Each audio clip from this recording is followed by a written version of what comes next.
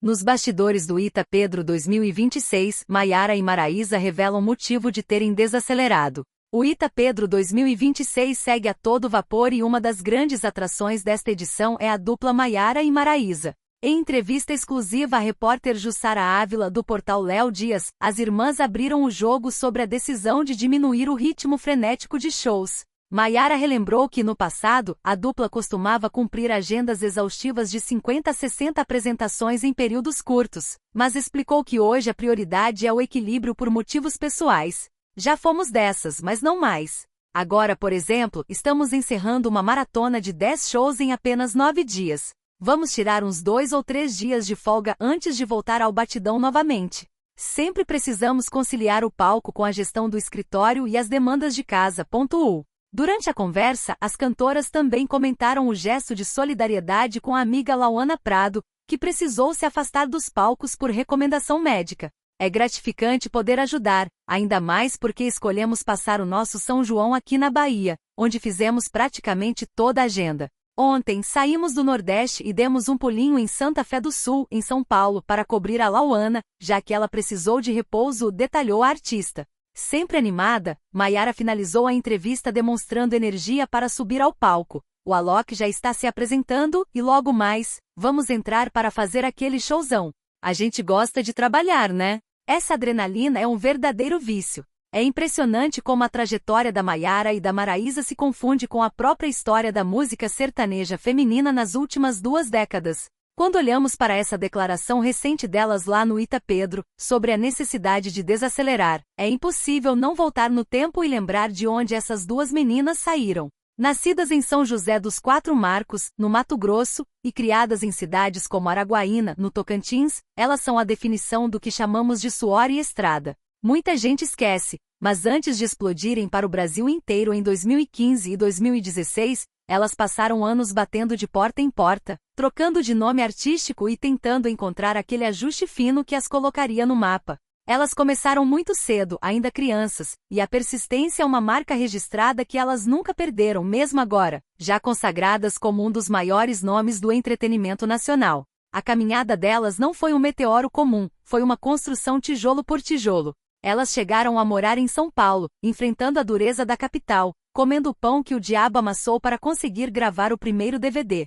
E quando o sucesso finalmente bateu a porta com sucessos como 10% e Medo Bobo, o ritmo que se impôs sobre elas foi algo quase desumano. A música sertaneja, especialmente a vertente que elas ajudaram a consolidar, exige uma entrega de palco e uma logística de viagens que poucas pessoas aguentariam fisicamente. Lembro-me bem daquela época por volta de 2017, em que a agenda da dupla era o assunto das rodas de mercado. Elas viviam literalmente dentro de um ônibus ou de um avião, fazendo shows em sequência que deixariam qualquer um exausto. E é justamente aí que reside o ponto central dessa mudança de postura que elas mencionaram agora em 2026.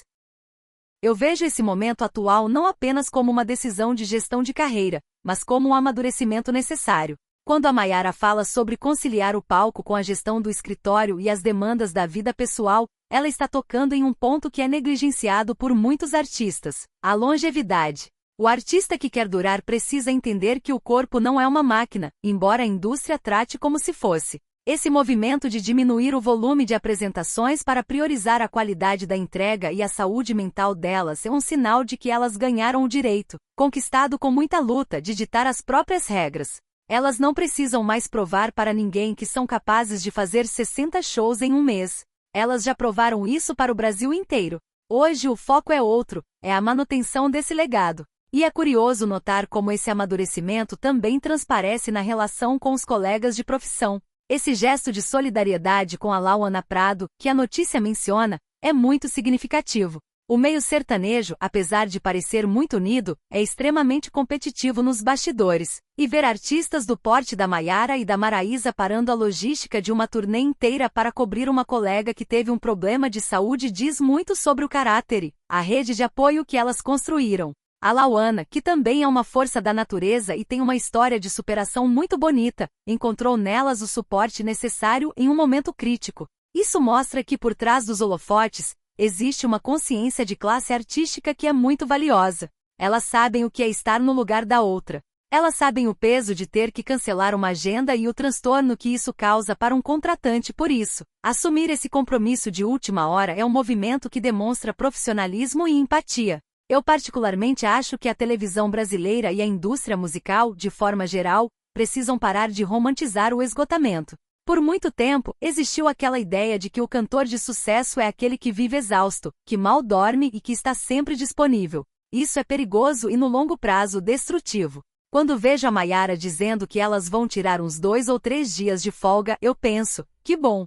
É exatamente isso que deveria acontecer. A adrenalina do palco, como ela mesma definiu, é um vício, é uma droga lícita que move o artista, mas é preciso ter a sabedoria de descer da montanha-russa antes que ela perca o controle. A relação delas com os fãs, que sempre foi de uma proximidade quase visceral, também evoluiu. Hoje o fã que realmente gosta da dupla entende que para elas continuarem entregando a mesma qualidade de voz, carisma e repertório, elas precisam estar bem. Além disso, não podemos ignorar que a dupla Maiara e Maraísa é, hoje, uma empresa gigante. Elas não são apenas cantoras, são gestoras, são referências para outras mulheres que desejam ocupar esse espaço na música. Elas abriram as portas para o feminejo, enfrentaram o preconceito de um mercado majoritariamente masculino e, de certa forma, mudaram a estrutura da indústria. Ver elas falando agora sobre a gestão do escritório e as demandas de casa mostra que elas têm total domínio sobre o negócio. Elas não são mais aquelas meninas que apenas cantavam o que lhes era entregue, elas são as donas da própria caneta. Essa transição do papel de apenas intérpretes para o papel de estrategistas é o que vai garantir que elas continuem no topo por muitos e muitos anos.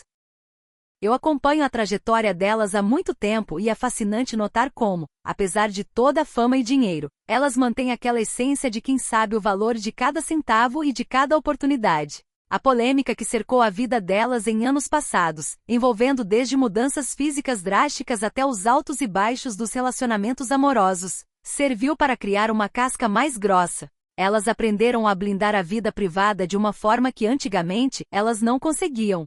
Hoje, o que a gente vê no palco é uma dupla muito mais segura de si, muito mais consciente do seu papel e, principalmente, muito mais feliz com as escolhas que fazem. E no final das contas, o público sente essa energia.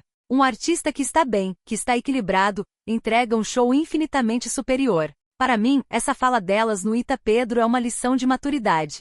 É um convite para que a gente observe o sucesso não pelo número de shows que alguém faz por mês, mas pela capacidade que essa pessoa tem de se manter relevante, íntegra e saudável ao longo do tempo. Elas estão, na minha visão, em uma das melhores fases da carreira. Uma fase de colheita onde não é mais necessário correr contra o tempo, mas sim caminhar com passo firme e cadenciado. A gente espera, claro, que elas continuem subindo nos palcos por muito tempo, porque a energia que elas emanam é contagiante, mas eu fico muito mais tranquilo como espectador sabendo que por trás daquela performance explosiva, existe uma consciência de que a vida real acontece fora do palco, entre um voo e outro, na gestão de uma empresa e no cuidado com a própria saúde. É um exemplo a ser seguido em qualquer profissão, não apenas na música. A gente precisa aprender a parar, respirar e entender que para continuar, às vezes, é preciso justamente desacelerar. E elas que já viveram o ápice da loucura da estrada, têm toda a autoridade do mundo para dizer isso. Fica aqui o meu respeito pela trajetória e principalmente pela decisão sensata que elas tomaram. O fã que ama de verdade, agradece por saber que suas ídolas estão cuidando de si mesmas.